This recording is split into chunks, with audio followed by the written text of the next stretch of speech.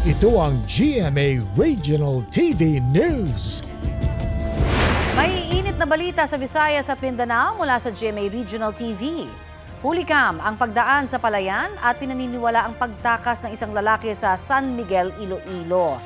Ano ba ang nagawa ng lalaking suspect daw sa isang krimen na yan? Connie, ang lalaki umano ang pumatay sa amain ng kanyang live-in partner. Pinagsasaksak niya raw ang biktimang natutulog noon sa loob ng kanyang bahay sa barangay Santo Niño.